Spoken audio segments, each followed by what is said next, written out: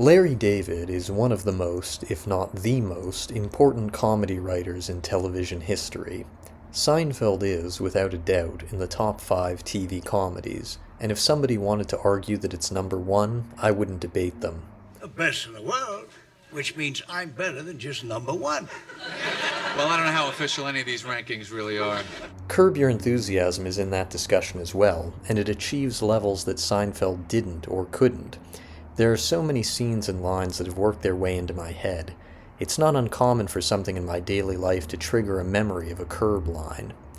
There's no doubt that Curb was a great show. It was one of the best shows.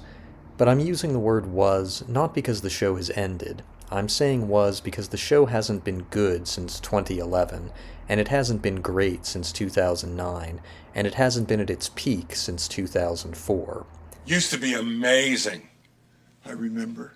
It's true. In 1996, Larry David left Seinfeld. He wrote and directed the movie Sour Grapes, but it was neither a critical nor a commercial success, and the odds are you've never seen it, so we'll skip to 2000 when Curb Your Enthusiasm premiered. Because it could build off Seinfeld, it was able to hit the ground running immediately. Seinfeld took a few seasons to figure itself out, while Curb had its sensibility from the very first episode. You better call me later on, by sundown. By sundown? What are you, Gary Cooper? By sundown? What's going to happen? That's funny. I'm trying not to laugh, but that's funny. Okay. Because it was on HBO, it had new aspects that wouldn't be possible on broadcast TV. Storylines that never would have been approved on NBC were encouraged on HBO. Cursing was not an issue, and some of the mundane observations that Seinfeld pioneered were taken to even greater comedic heights in Curb. And it also brought new elements, like a more naturalistic tone as compared to Seinfeld's more stagey presentation. The premise of Curb is super realistic and incredibly low concept. It's about this one man, Larry's, life. He's got a wife, a couple of friends that he occasionally runs into, and a manager he's close with. Unlike most sitcoms, the characters don't share a living space and they aren't always gathering at the same stock locations. Their relationships feel totally believable. And for the first 4 seasons of the show, all of these elements were firing on all cylinders. It was extremely funny, totally fresh, and very well plotted.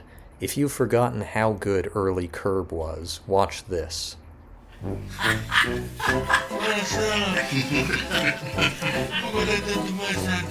Are you Jewish? You want to check my penis? Boom, she was there. You can't control who pops in. She pops in. She pops in. Well, why did you pop her out? I tried popping her out. She wouldn't pop out. You don't know me. You don't know me. Yeah, you don't know. Fuck yourself. That's right. Yeah, come on. That's right. When did she die? The funeral was on Monday. What? What matters to women is what's on the inside of a fellow. Okay, first of all, you've got nothing inside of you, okay? Let me just make that clear. You're the most superficial man I've ever met. Be that blind or sighted. Judy! Oh my God! What are you here? Oh, needed this. Happy birthday, Mr. President John Tyler. I mean, I don't have a wife. I don't have, my parents are dead. You have a family. Come on, can't you? Come on. Oh, he doesn't have a wife and his parents are dead. That's right. And I'll have a vanilla, one of the vanilla bullshit things. There's something about this middle-aged bald guy that is thrilling. Rewatching those clips was the best part of making this video. If there had been another 4 seasons at this level, this video might be titled, Why Curb Your Enthusiasm was the greatest TV comedy of all time. But that wasn't the case. The show's quality did not drop off all of a sudden, but it began to drop off around the 5th season. What is it about it that's not working for you? Season 5 starts strong. The Larry David sandwich and the bow tie are 2 classic episodes. We were trying to recreate what happened 25 years ago, and I said, Larry, would you like to make a toast? And someone said Larry went home to take a shit. But there were also some weaker episodes, like the Korean bookie and the smoking jacket. And the season arcs of Richard Lewis needing a kidney donation and Larry believing he was adopted are not as strong as earlier arcs. They start well, they're both good concepts and there are funny moments along the way, but neither one builds to a great climax. The adoption storyline is suddenly concluded with one line from Mekhi Phifer that kind of negates the whole plot. That's a person of you. It's been a big mistake, okay? Huh? The Combs, they're not your parents. You're not adopted. What are you talking about? You're not adopted. I guess that could be a funny reversal, but it has to be earned. There's no explanation as to how this detective made this catastrophic error, so the conclusion feels lackluster. Somehow Palpatine returned. A storyline in a sitcom doesn't have to have an elaborate explanation, but just give us something. Let's look at the Seinfeld episode The Visa. Why do Babu's immigration papers get lost? Because his papers were accidentally delivered to Jerry's mailbox and Elaine delayed in getting Jerry the mail she collected for him while he was away. That's all we need. Or let's look at an earlier Curb episode, The Baptism. Why is Larry missing the airline tickets to go to the baptism? Because they were in the pocket of the jacket that was donated earlier in the episode. These are little details, but they matter, and when they're missing, the storylines feel much shakier. Larry David was the king of this kind of intricate plotting, and if we're going to give him credit for his elegant endings, then we also have to call him out when it doesn't work. I fucked up! As for the other arc in Season 5, Larry donating his kidney leads to his near-death experience and this scene of him up in heaven irritating the angels. That's a system. That's not a system. Listen to your Listen, guy. a little bit of You respect. take the DVD. Oh, Mr. Great Guy who let me do that TV Guide cover. Fuck He you. came out and fuck you. Fuck you. Fuck you. Okay. All right. Okay. I get the joke, but it's just not that funny, and it's the first example of something that would come to plague the series: pointless celebrity cameos. Seasons 6 and 7 were an improvement on Season 5. Leon came onto the show, and he's responsible for many of the best moments of Curb's back half. In fact, it might be that one of the reasons that people didn't see that Curb was losing steam was that J.B. Smooth's brilliance papered over some of the issues. What kind of thing was it? Ejaculate. What? Ejaculate. Ejaculate. Not ejaculate. Ejaculate. Ejaculate. The plotline of Cheryl leaving Larry, his attempts to get her back, and his re-entry into the dating world are all very smart and funny. The Seinfeld arc is terrific both on its own and as a companion to the world of Seinfeld, and these seasons have a couple of episodes that are as good as the show gets: The Therapist and The Table Read. Why would it matter what somebody looks like physically? What kind of advice you give? You get the face you deserve, right? The only reason I'm not here now, darling, is I'm at work to make enough money to buy you a house, a picket fence, we'll have dogs and children. Oh, this is not so bad. Oh yeah, this is great. Will you finish the fucking joke already? But still, some of the flaws of middle period Curb are rearing their head. Though there are great episodes, there are also some that are forgettable or just don't work. Funkhauser's Crazy Sister, The Lefty Call, The Bare Midriff.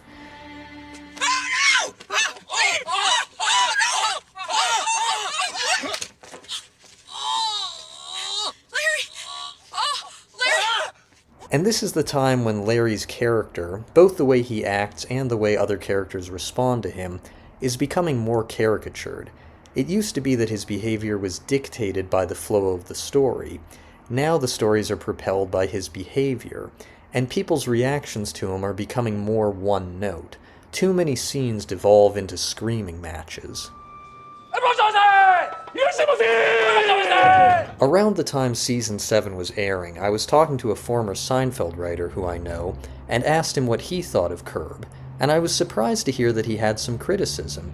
He obviously thought it was a great, funny show, and he had nothing but nice things to say about Larry David as a comic, as a boss, and as a human being. But he did point out one thing about Curb that has stuck with me for all these years afterwards: too much yelling. In the first couple seasons, when a scene built to that, it was hilarious. But when screaming and cursing becomes the only tool in the show's arsenal, it gets tired and predictable. And beyond that, it doesn't leave you anywhere to go. How do you escalate from a scene that's already at 100? You're escalating shit. This is exactly what I'm talking about. We immediately escalate everything to a 10. Season 8 was the first season that was inarguably a disappointment. It wasn't just individual scenes or episodes that failed to live up to the show's standards. The whole season was a letdown. Sometimes it gets so bad you can hardly breathe. There aren't any standout episodes in Season 8. There are bad episodes and okay episodes. And just to throw in a caveat, saying an episode is bad is not saying that there are no funny jokes in it. We're talking about Larry David, a very funny man. He's not capable of giving you 30 minutes without a single working joke. But when a Larry David project gives you only 1 or 2 forgettable chuckles, yeah, that's a bad episode. That's not funny. The plots are not very well constructed, material is recycled from Seinfeld and from earlier seasons of Curb, and the celebrity cameos take away more than they add. Bill Buckner's plot is cartoonish in a way that Shaq's plot in Season 2 is not. The Ricky Gervais episode feels like I'm watching some lame crossover with the Office Extras universe, and Michael Bloomberg's one scene is unbelievable and smug. And I'm here to put you out of this city. Get out of town. After this season, Curb took a long break. It was 6 years before more episodes aired, and I was hopeful in that interval. I thought that maybe Larry was taking a long break because he recognized that the show was getting creaky. When Season 9 was announced, I was happy. Maybe Larry was rested and ready, and he had taken his time off to come up with a great new set of episodes. Hey, listen! When you're wrong, you're wrong. The last 4 seasons don't work, full stop. I could try to get granular and say which ones are better or worse, but that would be trivial. All 4 seasons are weak, all 4 seasons are noticeably worse than any of the previous 8, and all 4 seasons have the same set of problems. Problem number 1, the lack of Cheryl.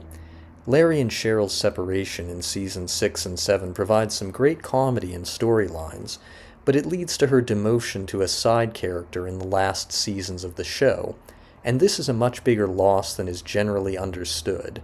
Cheryl was the straight man to Larry, which kept the show grounded and believable, and also, as long as Cheryl was in Larry's life, he had something to lose. There were stakes to Larry's foolish behavior. There were repercussions if he screwed up, even if it was just his wife being frustrated with him. My mother is very upset right now, and she says she's not coming to the ceremony. What? Why? Because of your sponge comment. Well, you want me to go talk to her? Yes, I do. Once she was gone, what did Larry have to lose? We already know that he's got money, that he doesn't care about his reputation or what other people think of him, so what's the worst that happens when Larry screws up? When Cheryl was around, no, there wasn't the constant threat of divorce, but even the prospect of Cheryl being mad at him and him having to live with that was enough of a danger. With Cheryl gone, Larry's closest confidant became Leon. Now, we already established Leon is hilarious, but he's not a grounding force the way Cheryl is. He's an instigator, and the energy he brings is not at all like what Cheryl brought. Problem number 2, celebrity cameos. Sure, celebrities were Curb's bread and butter. The show's first 4 seasons had Jason Alexander, Julia Louis-Dreyfus, Michael York, Ted Danson, Richard Lewis, and many more. So having celebrity cameos isn't intrinsically bad, but in the early seasons the cameos were more sparse and they were more believable. I can believe that Larry knows Paul Reiser and Ted Danson. I can believe he knows Martin Short. And every once in a while he'd stretch that a bit. It's hard to imagine Martin Scorsese would cast Larry in a movie because he saw him at a nightclub 40 years ago, but it still felt like we were within the world of a successful TV writer. The naturalism made it work. In the later seasons, the show became a celebrity cameo machine. Remember the episode The Spite Store where Jonah Hill, Sean Penn, and Mila Kunis pop up with nothing to do? Or the one where Larry goes on a date with Lucy Liu but nothing happens? Or John Hamm popping up for an extremely cheesy Family Matters-esque plot where he becomes another Larry? Well, there's 3 of us. We each get a third. Who makes up that fucking rule? It's an unwritten rule. Oh my God. There's 2 Larry Davids. Holy shit. Pretty good. Pretty good. Even when he stacks the deck with hilarious people, it doesn't work. Albert Brooks and Conan O'Brien are 2 of the funniest people alive, but their scenes in Curb don't work because all they're doing is engaging in the same generic argument that everyone has with Larry. Nothing organic, nothing well written, just performers who you're happy to see with nothing funny to do. This is completely unauthorized. Yeah, can I get an emergency clearance exemption? There's no such thing. You can You make... gotta go through the levels. I can't. It's an emergency. Here's probably what happened. In real life, Larry David got really famous for doing Curb. Now he knows lots of the biggest celebrities, and they all want to be on the show and have a hilarious screaming match with him. HBO loves that idea because they can advertise this week's big guest star. And sure, it's got to be really hard to turn down Jon Hamm or Woody Harrelson if they're interested in doing your show, but if you want to make a good show, you have to. Think about it logically. Within the fictional universe of Curb Your Enthusiasm, what justification is there for all of these super famous people to interact with Larry David? You might say, why wouldn't they know him? He's famous, he's a big TV star. But no, that's only in our world. In Curb world, he's a guy who left Seinfeld in 1996, released the unseen and disliked Sour Grapes, and has had a few failed TV ventures since. You ever seen the Seinfeld show? Yeah? I'm the co-creator of the show. No, it's true. So the celebrity cameos come off as fake and empty.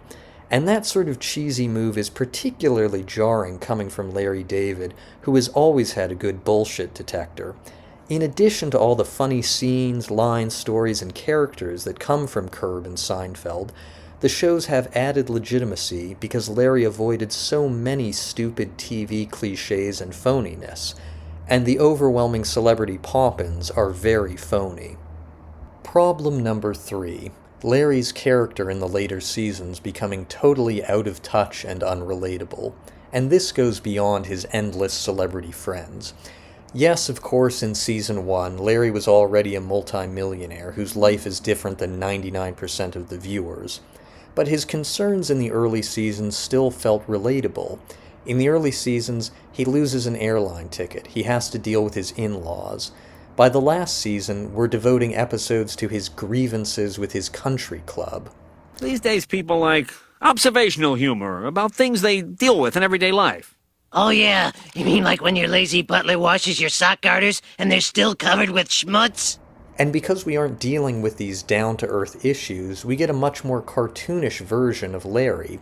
He's dealing with a fatwa, he's opening a spite store, he becomes a political martyr in Georgia, he's working on a sitcom based on his early life.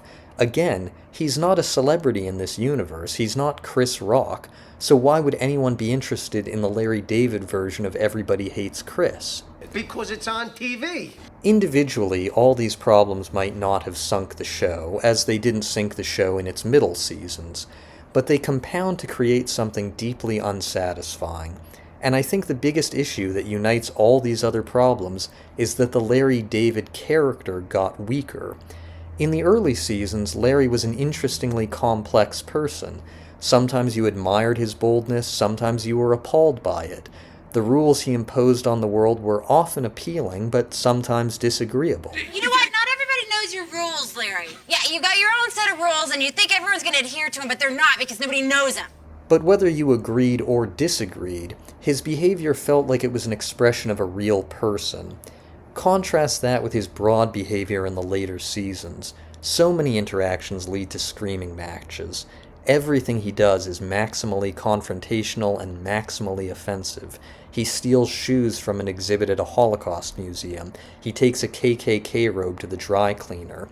It's like the Larry David from the show's marketing. The gag version of Larry that you use to plug the show in 30-second commercials has become the star of the actual show.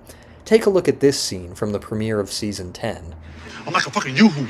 I shake that motherfucker up, you shake me up. You's a good color. Fucking good color. Yeah, you's a really good color. Yeah. What? Ooh, there you go. Somewhere between... What the fuck? This clip would be fine as a teaser for a new season, but the fact that this is from an actual episode is embarrassing. The Larry David with subtlety and nuance was gone. Now we've got a character who's as broad as anyone on The Big Bang Theory or How I Met Your Mother. Well, that was unnecessary. This is not unique to Curb. Many sitcoms experience a dip in quality in the last few seasons. Frasier, The Office, most sitcoms really. But the difference is, everyone will admit that the post-Michael Scott seasons of The Office are weaker. People are not admitting that about Curb. And these seasons are not only weaker, they're bad. Thank you! People love to condemn the last 2 seasons of Seinfeld, saying that in Larry's absence the show got weaker. And sure, I wouldn't say that the last 2 seasons of Seinfeld are its best, but they are way, way stronger than the last 4 seasons of Curb, and yet I don't hear people griping about this. All the way to the finale, which sucked by the way, people were lauding Curb as a brilliant comedy.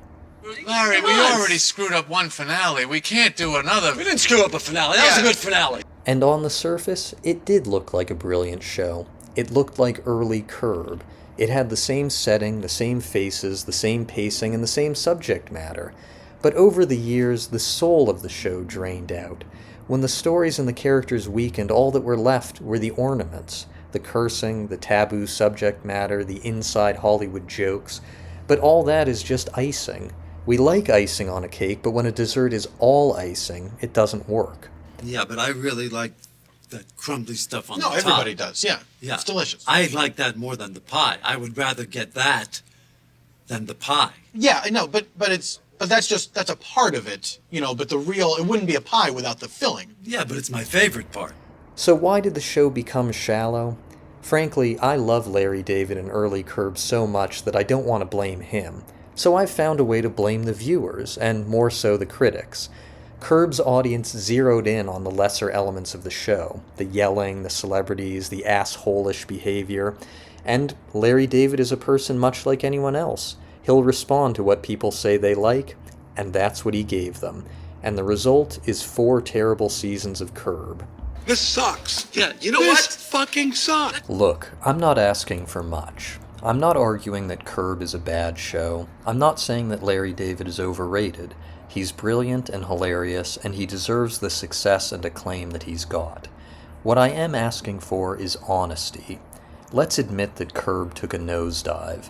And when Larry comes back to TV with his new sketch comedy series, let's agree to watch it with optimism and excitement, but also with a willingness to be frank about its failings, the same way that Larry is frank about people's failings.